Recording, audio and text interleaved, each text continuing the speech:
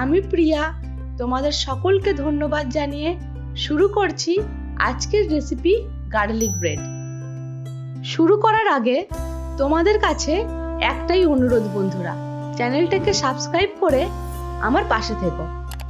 Garlic bread বানানোর জন্য সবার প্রথমে ফ্রাইং প্যানে অল্প সাদা তেল নিয়ে নিয়েছি। তেল গরম হলে দিয়ে দেব দুটো বড় সাইজের খোলা ছাড়ানো রসুন। একটু ঢেকে দেব যাতে রসুনগুলো ভাজতে ভাজতেই ভালো করে সিদ্ধ হয়ে যায়।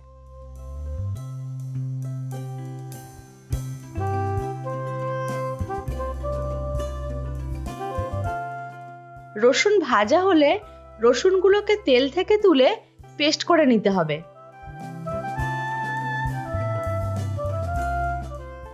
এবার একটি পাত্রে 2 টেবিল স্পুন বাটার নিয়ে নিলাম।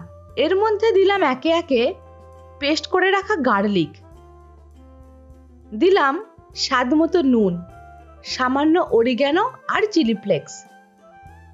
আমার কাছে ডোমিনোজের পিৎজার সাথে যে অরিগ্যানো চিলি ফ্লেক্সের প্যাকেটগুলো দেয় সেগুলো ছিল, ওইগুলোই অ্যাড করে দিলাম।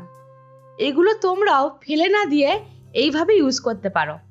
এছাড়াও দিলাম 1 টেবিল চামচ ধনে পাতা কুচি। এবার সবকটা উপকরণকে আমাদের ভালো করে মিশিয়ে নিতে হবে। এই অরিগ্যানো দিলে স্বাদটা পিৎজার মতনই প্রায় চলে আসে। তোমরা চাইলে অরিগ্যানোটা স্কিপও করতে পারো। আর তোমাদের কাছে যদি চিলি ফ্লেক্স না থাকে তারও সলিউশন আছে। শুকনো লঙ্কা ড্রাই রোস্ট করে নিয়ে হালকা ক্রাশ করে নিতে পারো, তাহলেই রেডি হয়ে যাবে বাড়িতেই চিলি ফ্লেক্স। এরপর মিশ্রণটা একটা ছুরি বা চামচের সাহায্যে স্লাইস ব্রেডের উপরে ভালো করে স্প্রেড করে দেব।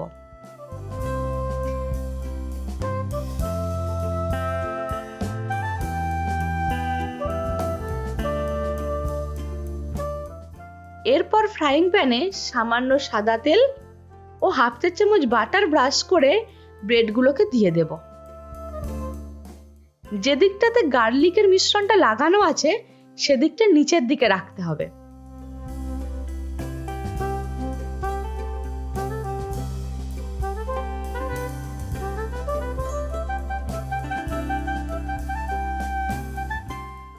এরপর এক পিঠ ভাজা হয়ে গেলে উল্টে আর এক পিঠ ভালো করে ফ্রাই করে নেব। তোমরা চাইলে যেদিকটা গার্লিক দেওয়া আছে সেদিকটা ভালো করে ভেজে নেওয়ার পর ওপরে একটু চিজ গ্রেট করে দিতে পারো, তাহলে এই নর্মাল গার্লিক ব্রেড হয়ে যাবে চিজ গার্লিক ব্রেড। এখানে আমাদের 2 পিঠ ভালো করে ভাজা হয়ে গেছে। তাহলে দেখলেই তো কত সহজে রেডি হয়ে গেল দোকানের মতো পারফেক্ট গার্লিক ব্রেড, তাও আবার 10 মিনিটের মধ্যে। শুধু গার্লিকগুলো আগে থেকে ছাড়িয়ে রাখতে হবে যা।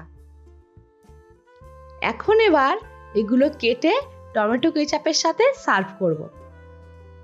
তাহলে বন্ধুরা, আজকে আমার এই রেসিপি তোমাদের কেমন লাগলো সেটা আমাকে কমেন্ট করে জানিও।